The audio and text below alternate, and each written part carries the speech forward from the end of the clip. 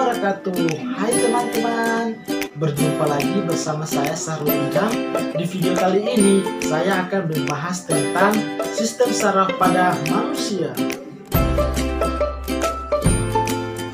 Sebelum kita memulai proses pembelajaran pada hari ini, kita harus mengetahui dulu kompetensi dasar dan tujuan pembelajaran, yaitu yang pertama kompetensi dasar mengagumi keraturan dan kompleksitas ciptaan Tuhan tentang struktur dan fungsi sel jaringan, organ penyusun sistem bioproses yang terjadi pada makhluk hidup.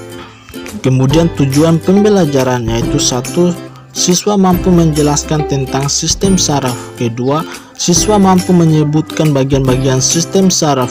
3. Siswa mampu mengklasifikasikan sel saraf. Dan yang keempat, siswa mampu menjelaskan kerja sistem saraf. Nah teman-teman, sebelum kita membahas lebih lanjut, kita harus mengetahui dulu definisi daripada sistem saraf.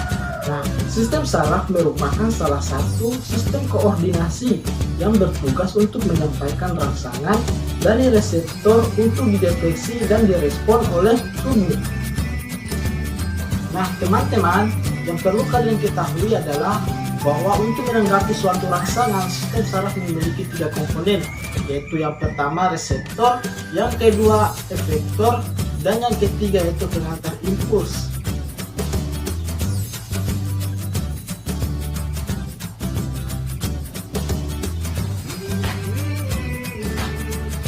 Bagian-bagian sistem saraf ada dendrit, badan sel, nukleus, neurit atau akson, sel sedawan, sel lubung mielin, nodus Ranvier, dan sinapsis.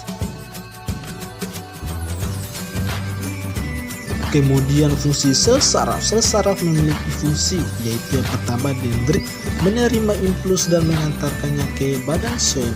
Kemudian badan sel menerima impuls dari dendrit dan meneruskannya ke akson. Kemudian nukleus mengatur aktivitas neuron. Akson atau neurit menerima impuls dari badan sel dan mengantarkannya ke sel saraf lain. Kemudian nodus Ranvier mempercepat penghantaran impuls, dan sel sedawan menyediakan makanan untuk akson, dan sel lubung mielin melindungi akson dan memberi nutrisi untuk neuron. Ada 3 macam sel saraf, yaitu neuron sensorik atau aferen, yang kedua neuron motorik atau eferen, yang ketiga neuron asosiasi atau penghubung. Yang pertama yaitu neuron sensorik, yaitu berfungsi mengantarkan impuls dari reseptor ke sistem saraf pusat. Reseptor adalah penerima rangsang dan organ reseptor adalah alat indera. Yang kedua yaitu neuron motorik, yaitu berfungsi sebagai mengantarkan impuls dari sistem saraf pusat ke efektor.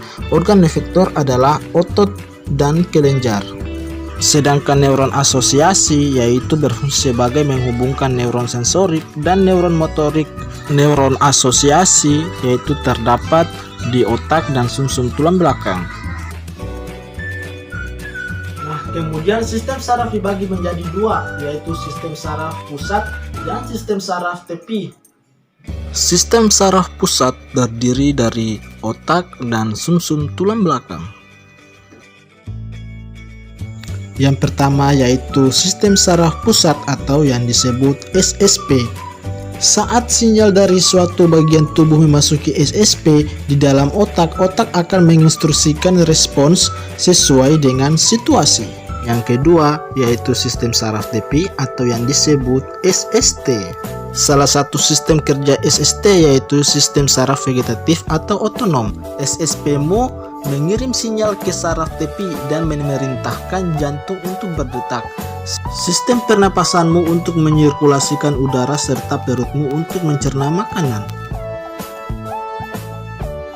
Itulah hasil video pembelajaran dari saya. Semoga bermanfaat dan sampai jumpa kembali. Dah. Dan jangan lupa like and subscribe channel ini. Assalamualaikum warahmatullahi wabarakatuh.